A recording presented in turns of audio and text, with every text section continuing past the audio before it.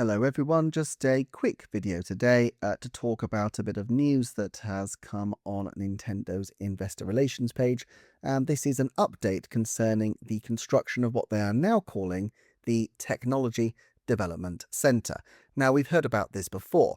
This is a building that Nintendo bought the land for about 2022. They were given permission from the city of Kyoto, and their plan, this is a rendering of it, their plan is to develop a new base for their software and hardware. I actually have a fuller video which is quite speculative and a bit of fun really, where I talk about how Nintendo could end up having a completely different development operation by 2030 and what that might look like. I certainly think there are big changes coming up for various reasons.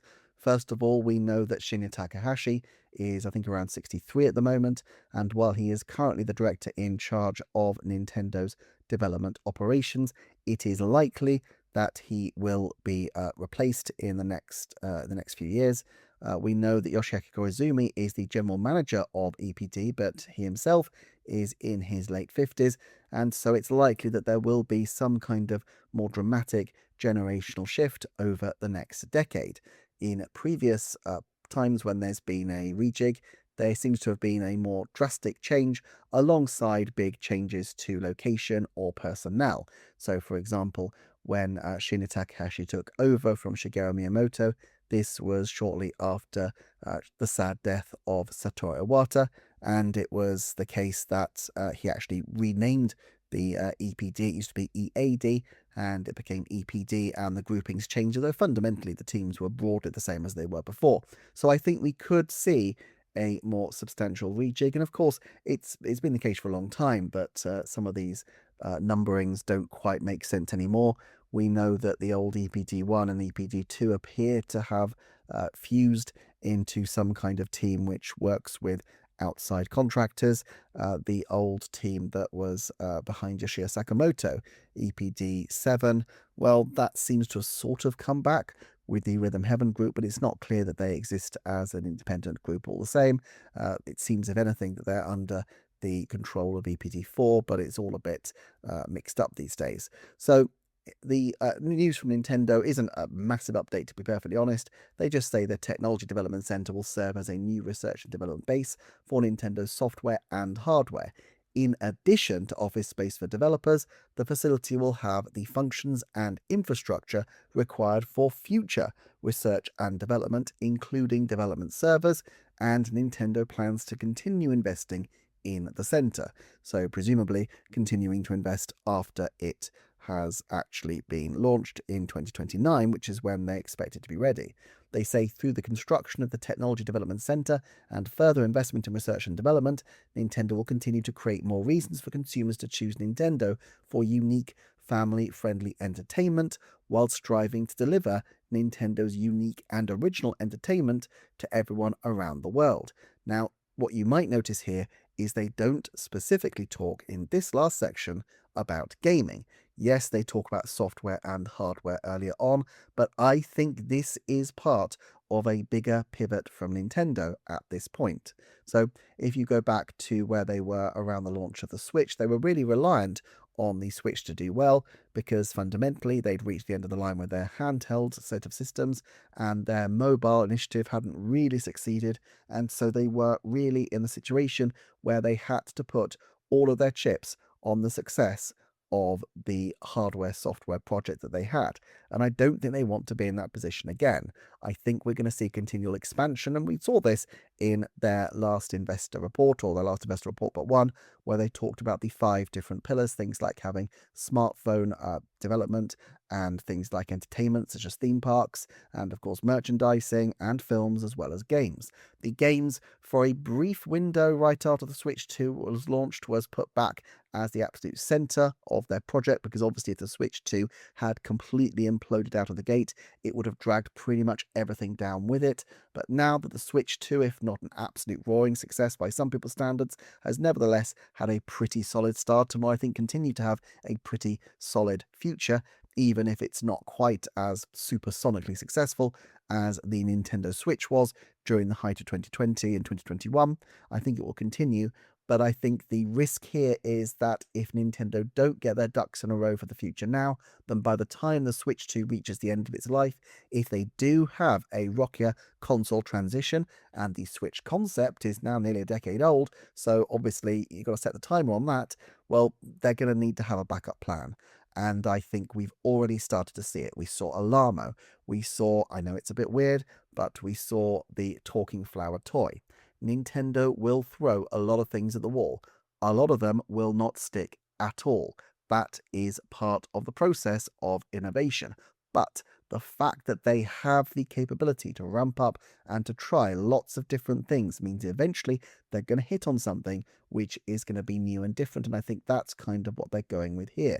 I would actually expect, although it does say that it's for software and for hardware development and the development servers, so you would imagine Nintendo Systems to be on there as well, I actually would suspect that a lot of this is going to be about different kinds of initiatives. And again, I've got that different video where I talk about their potential. I do think that toys is going to be a big area. I also think things like fitness. I think that's a major place that Nintendo could continue to expand. They've kind of done that a little bit already with Ring Fit Adventure and with Wii Fit back in the day.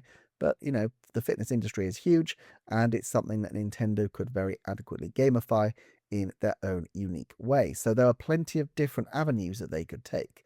So we've got the location, we've got the floor area, which I find it difficult to conceive these things, but to me, nearly 50,000 square meters seems absolutely massive. Interesting here, it says that the height is 64 and 67.5 meters, excluding rooftop structures. Well, it would seem unlikely that Nintendo would want to put a giant, great big Mario statue or something up there, because obviously they're not the kinds of people who are going to want to advertise their development offices very much. They like to keep these kinds of things quite low key and discourage looky-loos and other such people. But having said that, you do have to wonder what they might want to be able to put on the roof. Maybe they just want to be able to have a rooftop party to bring back memories of the Switch launch video, but maybe there are other reasons. The planned completion date, I'm pretty sure that's pushed back. I think the last time we heard it was 2028. I think at one point it might even have been 2027, but obviously this is a major development, and I'm sure things continue to change over time, so March 2029 seems like a reasonable target. It would also therefore sink if we think that's about 3 years in the future.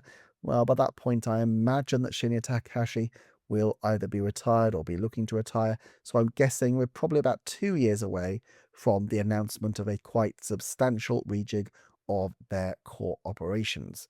What that would look like in terms of game development, well, my guess is that the same basic teams will continue to be around, but some of them might subdivide, and some of them might also be, put into different locations. We know that back in the early 2000s, Nintendo took advantage of the wealth of talent in Tokyo by putting EPD8 in Tokyo.